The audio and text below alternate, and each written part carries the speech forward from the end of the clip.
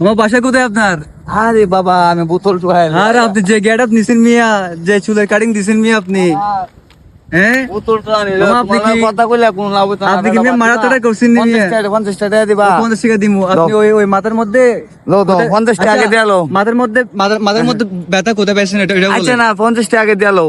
তারপর কথা বলবেন। হ্যাঁ দিবা কতক্ষণ কথা বলবেন বলেন। 10 মিনিট। 50 টাকা 10 মিনিট কথা বলতে 50 টাকা লাগে। আপনি মামা বিজনেসম্যান নাকি মামা? কথা কইলে কোন লাভ হইতো না। মামা মন্ডা তো ব্যাংকে দিলেন আপনি। কর্ম করতে তো কর্ম হবে না।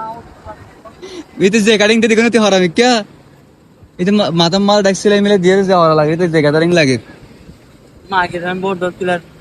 ইন বে এনতে হাম মতাং গিয়া তে গড়িয়া না এটা কই দেড়ে দেখো না লাভ তো ভাইয়া। নো নো বেটা তোর আল্লাহর কসম ভাইয়া ফলোর বেচ দাও ভাইয়া।